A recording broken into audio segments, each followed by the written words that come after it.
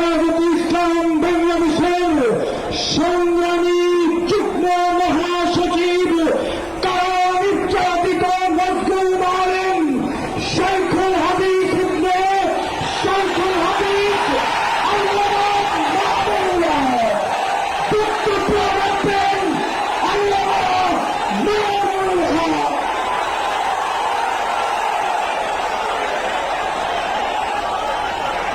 السلام عليكم ورحمة الله. الحمد لله رب العالمين والصلاة والسلام على سيد الأنبياء والمرسلين وعلى آله وأصحابه ومن تبعهم أجمعين. أعوذ بالله من الشيطان الرجيم. بسم الله الرحمن الرحيم.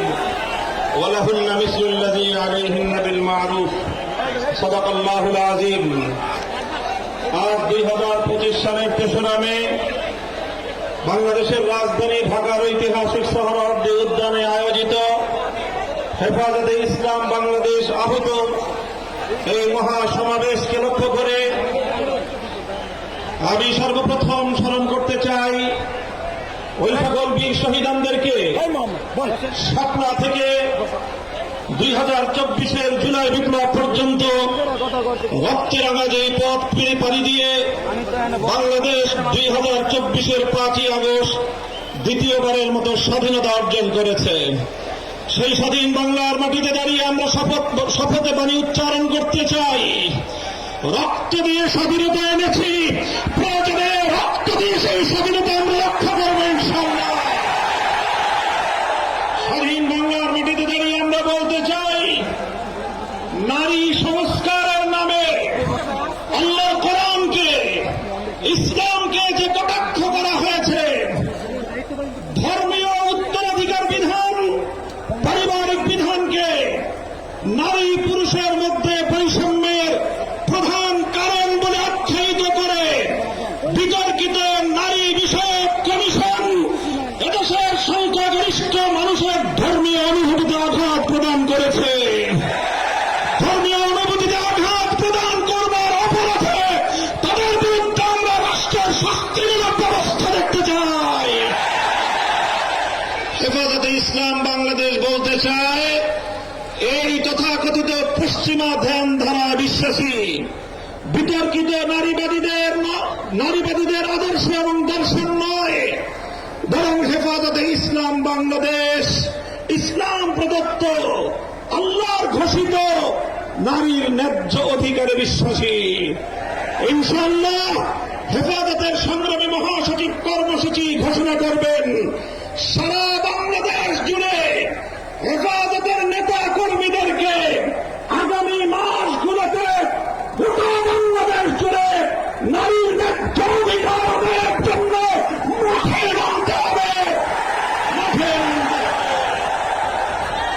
আমরা পরিষ্কার ভাষায় বলি, বাংলাদেশের স্বাধীনতার 53 বছরের মাথায় এসে সংবিধান সহ রাষ্ট্রের ব্যাপক সংস্কার কার্যক্রম শুরু হয়েছে।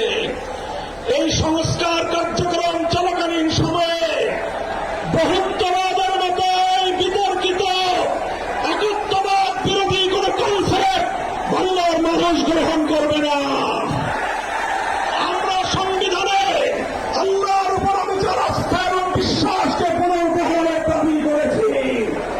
এই দাবি বাস্তবায়নের জন্য আগামী দিনে হেফাজতে ইসলাম বাংলাদেশ কঠোর করে সিদ্ধান্ত নিতে হবে। হেফাজত সেই সিদ্ধান্ত নেবে ইনশাআল্লাহ। আমরা পরিষ্কার ভাষায় বলি, ডক্টর ইউনূস সাহেবের সাথে হেফাজতের কেন্দ্রীয় নেতৃবৃন্দ অনেকবার সাক্ষাৎ করে বিনয়ের সঙ্গে আবেদন করেছি, আমাদের বিরুদ্ধে ফ্যাসিবাদী আমলে দায়েরকৃত মিথ্যা মামলাগুলো প্রত্যাহার করেন। কিন্তু কেন যেন মনে হচ্ছে আমাদের সোজা আঙ্গুলে বুঝি ঘি উঠবে না। প্রফেসর ডক্টর ইউনূস সাহেব, আপনি সে কথা ভুলে গিয়েছেন? এই সেদিন আদালতের পাড়ায় আপনি আমাদের সঙ্গে পাড়ায় পাড়ায় ঘুরতেন, আদালতের অলিতে গলিতে ঘুরতেন।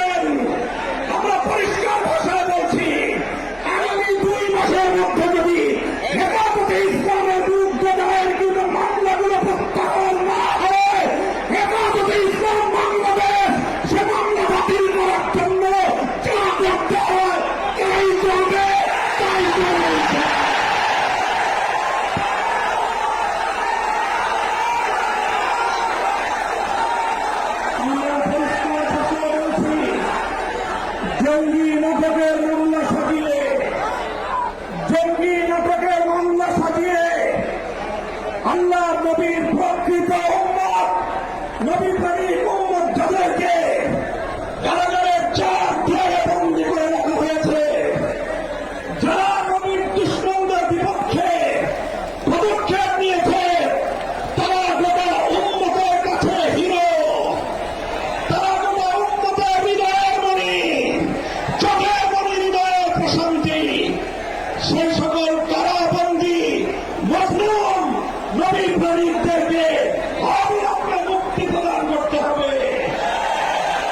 আমরা বলছি, আমরা ফিলিস্তিন ইস্যুতে গাজাবাসীর পক্ষে, জায়নবাদী ইসরায়েলের আক্রোশ এবং গণহত্যার বিরুদ্ধে গোটা বিশ্ববাসীর সঙ্গে আমরা সহমত। বাংলাদেশের মাননীয় সরকার প্রধান উপদেষ্টাকে আমরা বলি, আপনি আন্তর্জাতিক ব্যক্তিত্ব, বিশ্ব অঙ্গনে আপনি গাজাবাসীর পক্ষে ভূমিকা পালন করুন। সারা দুনিয়ার মানুষ গাজাবাসীর পক্ষে দাঁড়িয়েছে, সুদূরের সবুজ বাংলার চত্বর থেকে আমরা সংহতি জানিয়েছি, কিন্তু আমাদের আরো বড় দায়িত্ব এবং কর্তব্য দাঁড়িয়েছে আজ আমাদের প্রতিবেশী রাষ্ট্র ভারতের মুসলমানদের পক্ষে আওয়াজ উচ্চারণ করা, তাদের পাশে দাঁড়ানো। মুসলমানদের নিপীড়িত জনপদ, রক্তস্নাত ভূস্বর্ণ কাশ্মীরকে আজ বিপ্লবের ভাষায়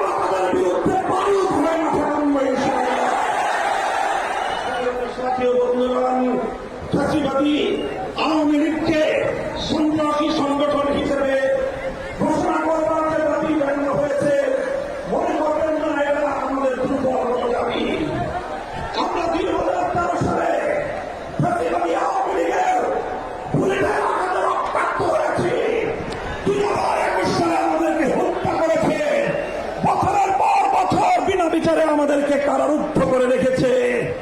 সেই সন্ত্রাসী সংগঠন আওয়ামী লীগকে আবার বাংলাদেশের রাজনীতিতে যদি পুনর্বাসন করবার কোন দুঃস্বপ্ন কেউ